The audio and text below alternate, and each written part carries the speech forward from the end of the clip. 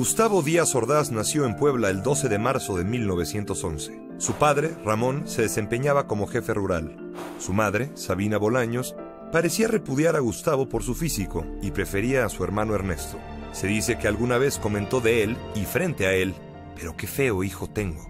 En algún momento, Gustavo quiso matricularse en el colegio militar, pero la pobreza le impidió cubrir la cuota que se le exigía. En cambio, ingresó en 1926 al Instituto de Ciencias y Artes de Oaxaca. Como estudiante era muy serio, metódico y un poco arrogante. Nunca le gustaron los relajitos y el desorden.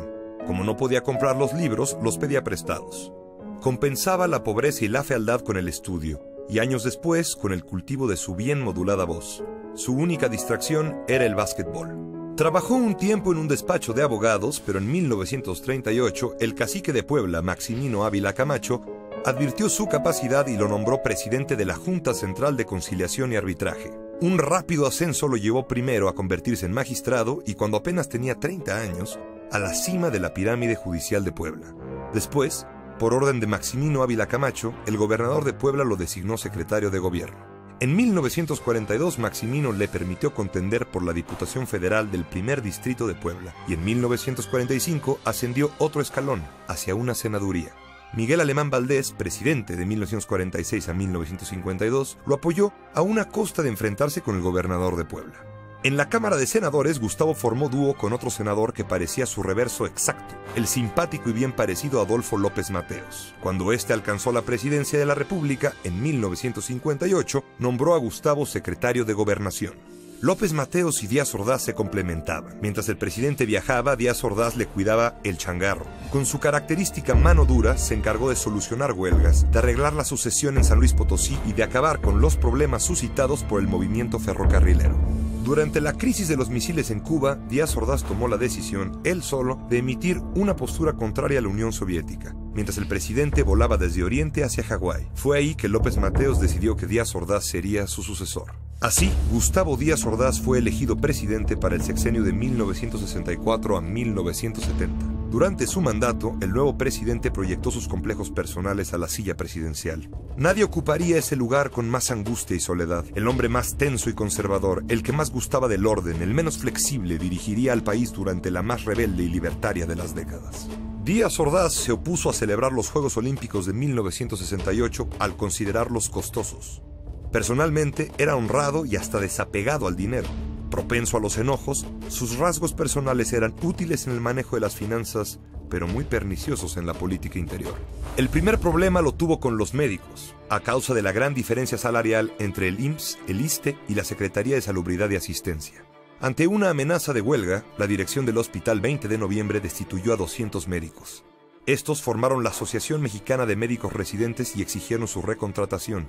Pero Díaz Ordaz no era un hombre que aceptara presiones. El problema se fue agudizando y finalmente el presidente desalojó con granaderos aquel hospital del ISSSTE. Declarado anticomunista, veía infiltraciones de la KGB en cualquier movimiento contra su gobierno. Con la prensa, mayormente subordinada, Díaz Ordaz no tuvo compasión.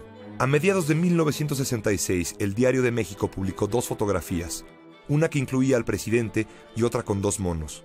Por error, los pies de foto aparecieron cambiados. Bajo la imagen del presidente se leía: «Se enriquece el zoológico».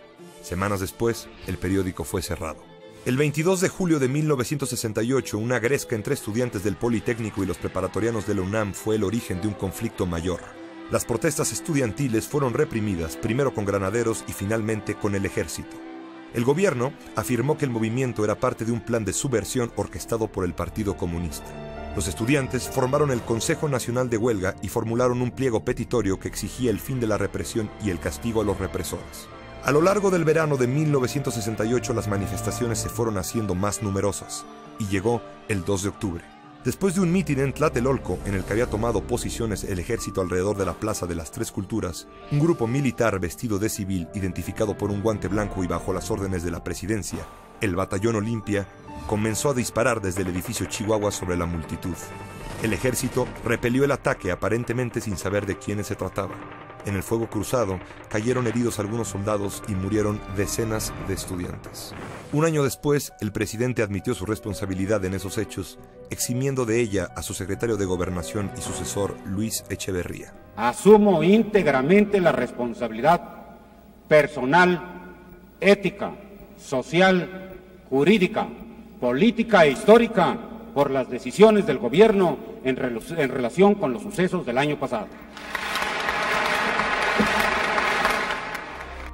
Gustavo Díaz Ordaz estaba convencido de haber salvado a México en aquel año.